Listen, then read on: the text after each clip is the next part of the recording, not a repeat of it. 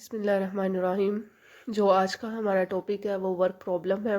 हमने देखने हैं कि एपीएससी का पेपर हो या बीपीएससी का आपका पेपर हो, उसमें वर्क प्रॉब्लम से जो क्वेश्चन लिए जाते हैं वो किस तरह के लिए जाते हैं। और वर्क प्रॉब्लम एक बहुत इम्पोर्टेंट क्वेश्चन है एंड मच इजी क्वेश्चन जो होते हैं इसके। आपने इस टॉपिक को अच्छे से अंडरस्टैंड करना है। इसमें हम आपको हर क्वेश्चंस को ट्रिक्स भी बताएंगे और उसका मैनुअल तरीका भी बताएंगे कि आप किस तरह सॉल्व कर सकते हैं। तो आज का जो टॉपिक है वो हम स्टार्ट करते हैं। A and B together can complete a piece of work in 15 days. इसमें वो कहते हैं जो ए एंड बी है वो क्या करते हैं, कम टुगेदर मतलब इकट्ठे काम करते हैं 15 डेज में, और B alone in 20 days. In how much days can A can complete the work. अब उसने ये पहले कह दिया आपको, जो ए एंड बी है वो कंप्लीट काम कर रहे थे 15 डेज, और इसके बाद बी जो ने उसने 20 डेज काम किया। तो बताएं कि ए ने कितना काम किया है। इसमें आप दो तरीके यूज़ कर सकते हैं। दोनों तरीके मैं आपको बताऊंगी। एक तो जब भी आपके पास टुगेदर का वर्ड आ जाता है तो उसमें आपने देख लेना है कि आप फार्मूला कौन सा यूज़ करेंगे।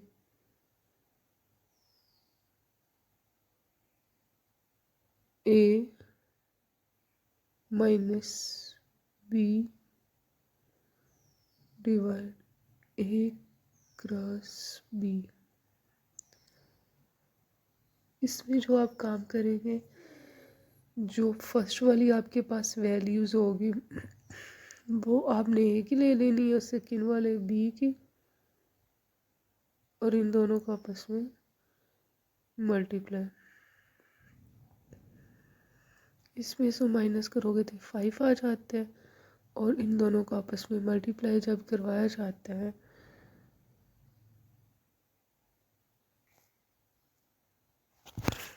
इन दोनों को जब आप मल्टीप्लाई करवाते हो तो आपके पास आ जाता है 300। अब 5 6 30 और सिफर आ गया, यहाँ पे आपके पास आ गया 16। अब हमने इस तरीके को जब हम सॉल्व करते हैं, और ख़ासकर जब आप वर्क से डेज की तरफ जाते हैं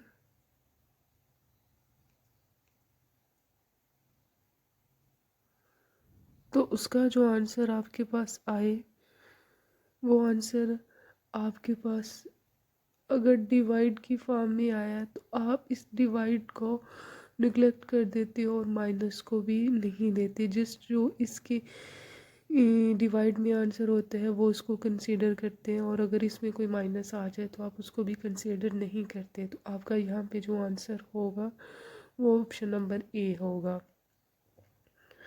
इसमें हमने जस्ट क्या किया है कि ये वाला फार्मूला यूज़ किया है।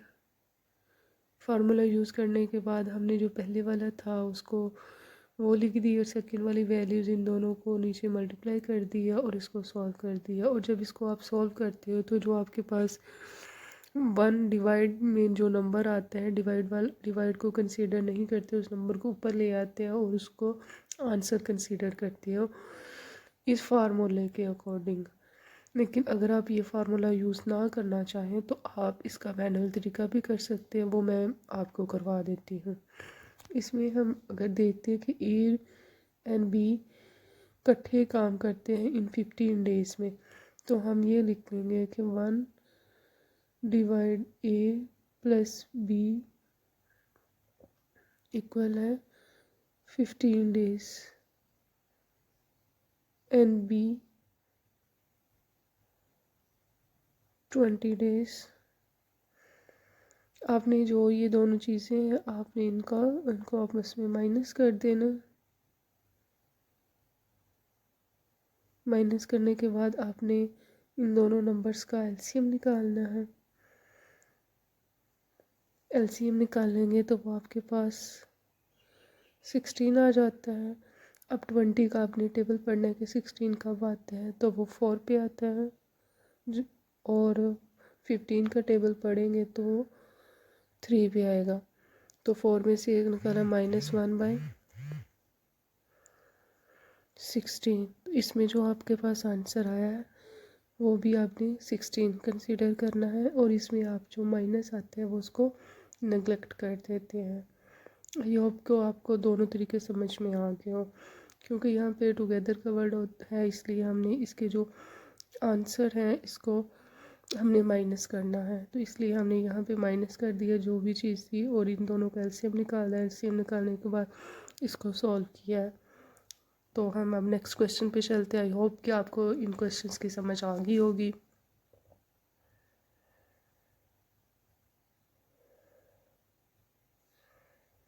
अब इस क्वेश्चन में क्या कहा गया कि if 10 man can do a piece of work in 20 days,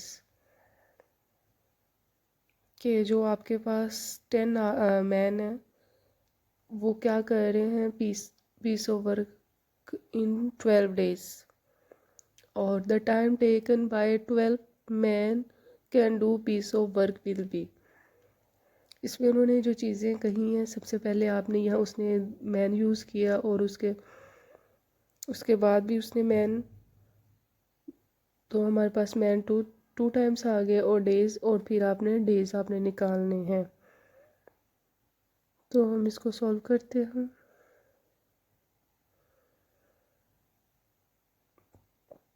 जो मैन है हमारे पास वो 10, उसके बाद मैन 12 था, वर्क हमारे पास 12 है, और जो ना चीज़ हो जो पूछी गई हो उसकी जगह पे आप एक्स कर लेते हैं। अब आपको ये पता है कि जो एक्स वाला होता है वो हमेशा ही ऊपर चला जाता है। और आप इस क्वेश्चन को देखें कि अगर 10 आदमी 12 दिन में काम करेंगे, तो और उसमें अगर आदमियों में इजाफा करेंगे तो जो डे हैं वो डिक्रीज़ हो जाएंगे। ठीक है, तो इसका मतलब इसमें इन्वर्स का वो आएगा। इसके अलावा अगर आपको ये समझ में ना आए कि आपको तीर लगाना अंडरस्टैंड ना हो रहा हो, तो आप क्या कर सकते हैं, आप हमेशा अपने माइंड में रखिएगा जो मैन और डेज होते हैं ये हमेशा ही इनडायरेक्ट प्रोपोर्शन होता है, और इनडायरेक्ट प्रोपोर्शन में ये एक दूसरे के उल्ट तीर के निशान लेते हैं। ठीक है, इसके अलावा अगर आप तीर के निशान को डिसाइड कर लें और वो इन्वर्स प्रोपोर्शन में जा रहे हों, तो आप क्या करते हो, आमने सामने वाले जो नंबर्स होते हैं इनको आपस में मल्टीप्लाई कर देते हो। हमने मल्टीप्लाई किया 10 को 12 के साथ, और जो चीज़ निकालनी होती है उसको साइड पे कर देते हैं, और नीचे वाला 12 आ गया। ये 12 आपस में कैंसिल हो गया, और आपके पास जो आंसर बना वो 10 है, और यहाँ पे जो राइट आंसर है वो आपके पास 10 है। हमने सबसे पहले क्या किया कि हमने इस क्वेश्चन में देखा कि हमारे पास चीज़ें क्या है, डे और डेज। हमने मैन जो उसने बताया हुआ था 10, उसके बाद 12 बताया, उसके बाद डेज हमने 12 लिख लिया, और जो नहीं था वो हमने एक्स लिख लिया। और इसमें आपने ये चीज़ देखनी है कि जब मैन और डेज हो तो वो हमेशा ही एक दूसरे के इनडायरेक्ट प्रोपोर्शन, इनडायरेक्ट का मतलब कि इनके जो तीर के निशान है वो हमेशा एक दूसरे के इन्वर्स में होते हैं, और अगर इन्वर्स में आए तो आमने सामने वाले नंबर्स को आपस में मल्टीप्लाई कर देते हैं और इनको सॉल्व कर लेते हैं। आई होप कि आपको इस क्वेश्चन की समझ आ गई होगी। अब हम नेक्स्ट क्वेश्चन पे चलते हैं।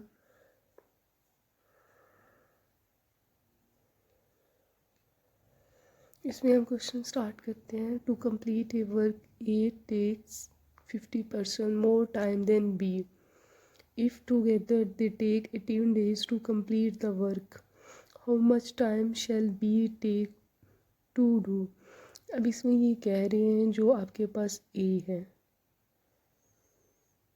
वो ज़्यादा है 15 टाइम देन B के, और अगर वो दोनों इकट्ठे काम करें 18 डेज़ में तो वो कंप्लीट कर लेते हैं। वो पूछते हैं कि ये कितने टाइम में अब कंप्लीट करेंगे। सबसे पहले तो हम क्या करते हैं, ए की जो वैल्यूज़ है वो निकाल लेते हैं। उन्होंने कहा कि जो ए है आपके पास वो क्या है 50% ऑफ बी है। आपको पता है जिसके साथ परसेंट हो उसकी जगह पे हम 100 लगा देते हैं। ऑफ का मतलब होता है ज़रब और बी लगा दिया। ये आपस में कट के दोनों 0 0 5 का टेबल पड़ा 5 1 और 5 2। तो यहाँ पे जो हमारे पास ए निकल आया है वो b/2 निकल आया है। अब हम नेक्स्ट लाइन पढ़ते हैं। अगर वो इकट्ठे काम करते हैं मतलब ये कि जो a प्लस b है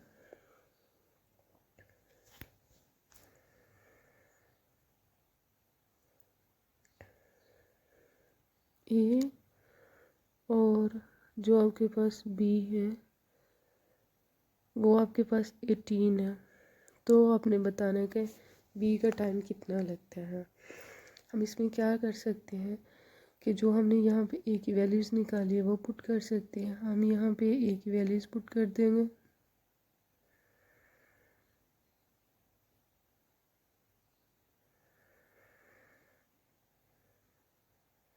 और इन दोनों को जब b को आप अलहदा निकाल लेते हो और 1 - 1/2 और 1 को इन दोनों को जब सॉल्व करेंगे तो ये आपके पास आ जाएगा 3/2। b इक्वल है 18।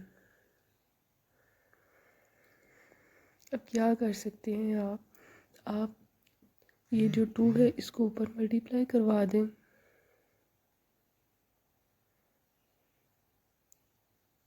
2/18 2 टेबल पर 2 9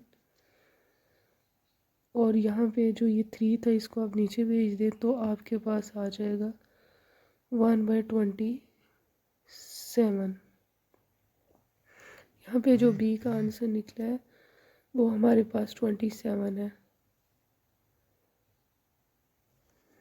हमने क्या किया कि सबसे पहले A taken 50% more time than B. हमने क्या किया कि जो ए था उसकी वैल्यूज़ निकाल ली है, सॉल्व किया इसका 50%, देन बी को फिनिश करके इसको सॉल्व करके हमने निकाल ली है ए इक्वल है b 1/2 के।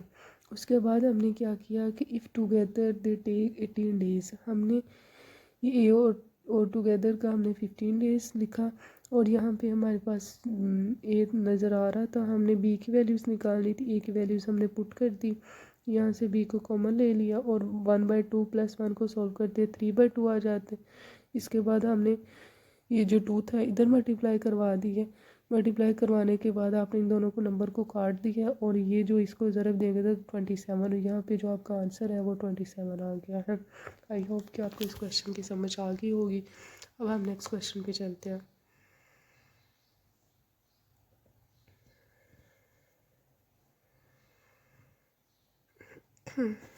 अब इसमें हम देखते हैं कि ये क्वेश्चन क्या बता रहा है हमें। If A and B together can complete a work in 18 days. अब उसने ये कहा है कि ये जो आपके पास ए प्लस बी है ये 18 डेज है। उसके बाद कहता है A and C 12 days.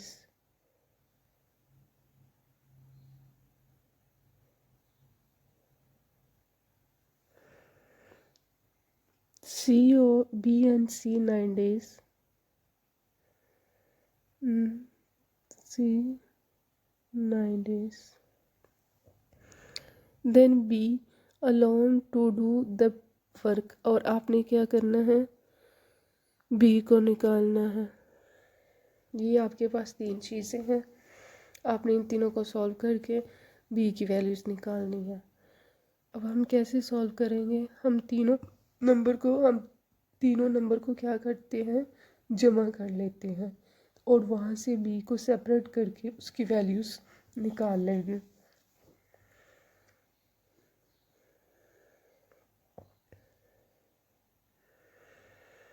A plus B plus A plus C plus B plus सी।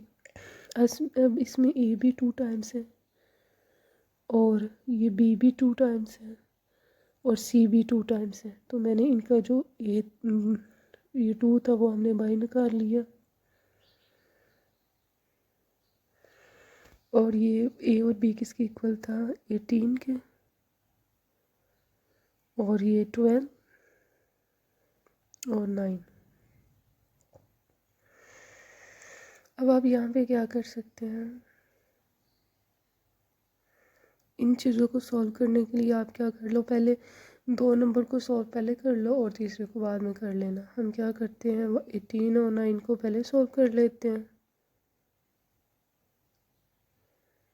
और फिर 12 को बाद में सॉल्व कर लेंगे। जब हम इनको सॉल्व करते हैं 18 और 9 का एलसीएम 18 हो जाएगा और जो एलसीएम होता है उसको ऊपर वाला नंबर वैसे ही लिख देते हैं। और 9 का आपने टेबल पढ़ना है कि 18 कब आता है, तो वो 2 पे आता है और बाकी आपका 1/12 वैसे ही आ गया।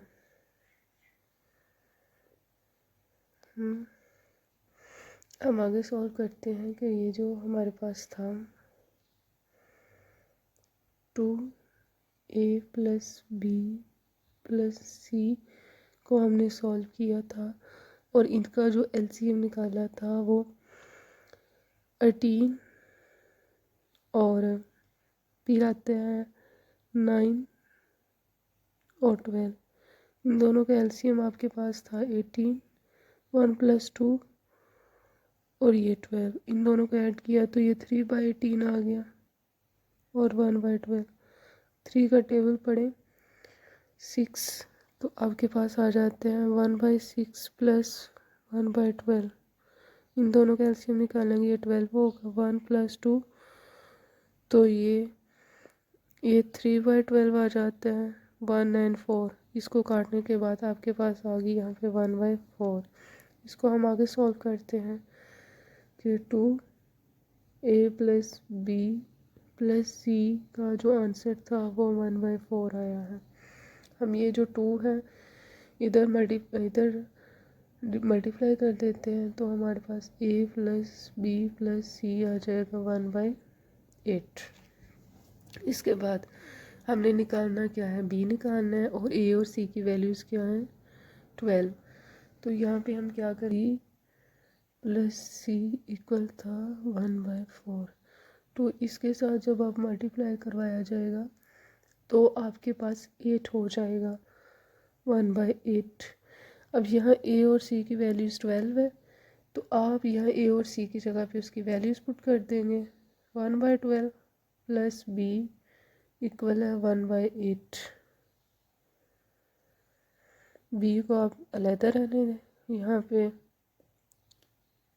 आपने यहाँ पे 12 भेज दिया और 8 और 12 का जब आप एलसीएम निकालते हैं तो आपको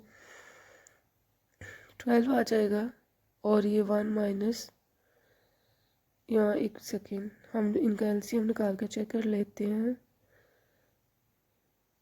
8 और जब आप 12 का निकालते हैं 2 4 and 6 2 2 and 3 2 और उसके बाद 3 4 24 आ जाएगा इनका एलसीएम।